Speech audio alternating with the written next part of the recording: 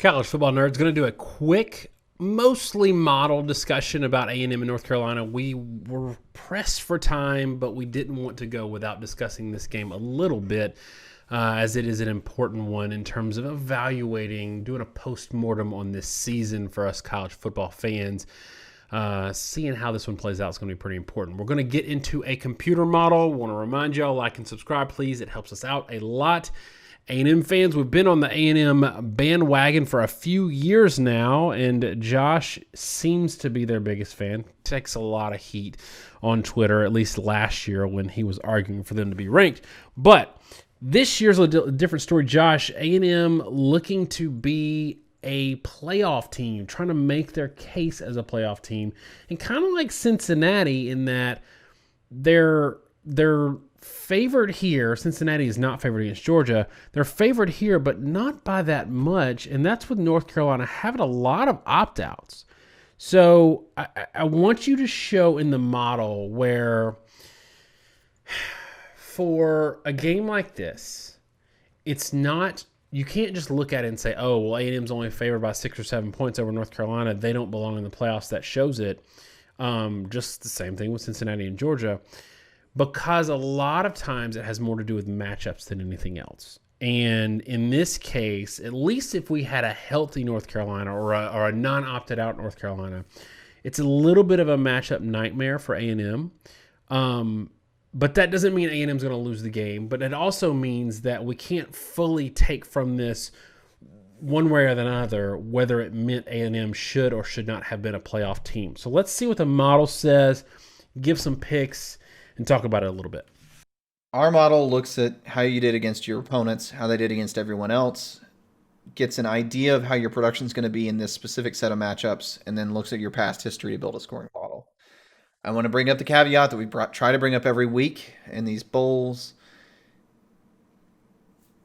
This year, with isolated college football, there's no way to effectively model one conference to another. And our model is going to essentially assume the ACC and the SEC are equal. So what it's spitting out is the assumption that if there were equal conferences, this is what the score would look like. That is, of course, not going to be the reality. Some conferences are going to be better than others. None of us are going to really know that until the end of the season, but people are going to inject their own eye test, including Vegas, that is setting lines based off their perceptions of conference quality. With that in mind, Texas A&M is led by its defense. We look at a percentage of opponent averages. So if you allow 4 yards per carry, they gain 5. You allowed 80% of their average. A&M is above average by SEC standards. 87% rush, 93% pass. North Carolina, 99%, 103%. A dead average ACC defense. North Carolina's strength is really offensively, and that's no surprise to anyone. 5.97 yards per carry, 10 yards per attempt. A&M, not explosive in the passing game, maybe a little better in the run than some realize. They're a 5.4 yard per carry team, which is quite good, but a 7.6 yards per attempt team. The net result of that in our model, which takes into account, passing tendencies and that kind of thing, 6.6 yards per play for A&M, about 7 for North Carolina. North Carolina is expected to pass well. Both teams are expected to run well, and A&M is expected to more or less get theirs passing the ball. And the final projection there is 35-31 North Carolina over A&M. So that's a 4-point spread in favor of North Carolina. Now, Vegas has this a 7-point game in A&M's favor. And I think now it's kind of time to explain where we think the difference lies. And the first thing you have to bear in mind is ACC versus SEC. There have been a couple hints in the various models we're doing. Generally, Vegas does not consider the ACC on average to be equivalent to the SEC. I think the teams at the top of the ACC can hang with most of the SEC. But what we're talking about is the statistics you generate are inflated because the bottom half of the ACC is not very good. And there's going to be people arguing about this team or that team, and they usually only go 4 or 5 teams deep. But when you start looking at like Virginia this year, Duke this year, Wake Forest this year, Florida State, Boston College, and Syracuse, there are a lot of really bad to mediocre teams in the ACC, and that, in Vegas's eyes, I think means the statistics aren't worth as much. The second thing is in this game, if you're an A&M fan, you may not be aware of this.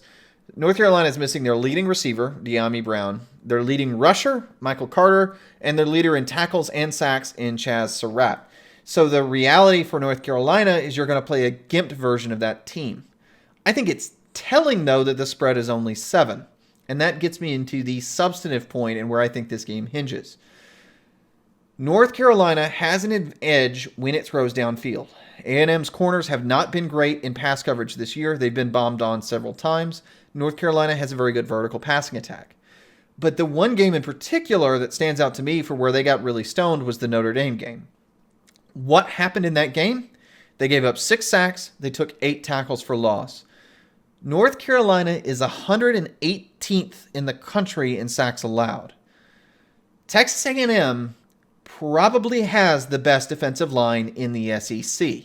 It is their strength. The back 7 is good in some areas. It's really not great. It's been serviceable, and that's been enough to have a good defense because the D-line is so good. But Notre Dame in sacks per game is 34th. A&M is 36th. And that's with a secondary that's been shaky. I think this game absolutely comes down to whether North Carolina is able to get passes off.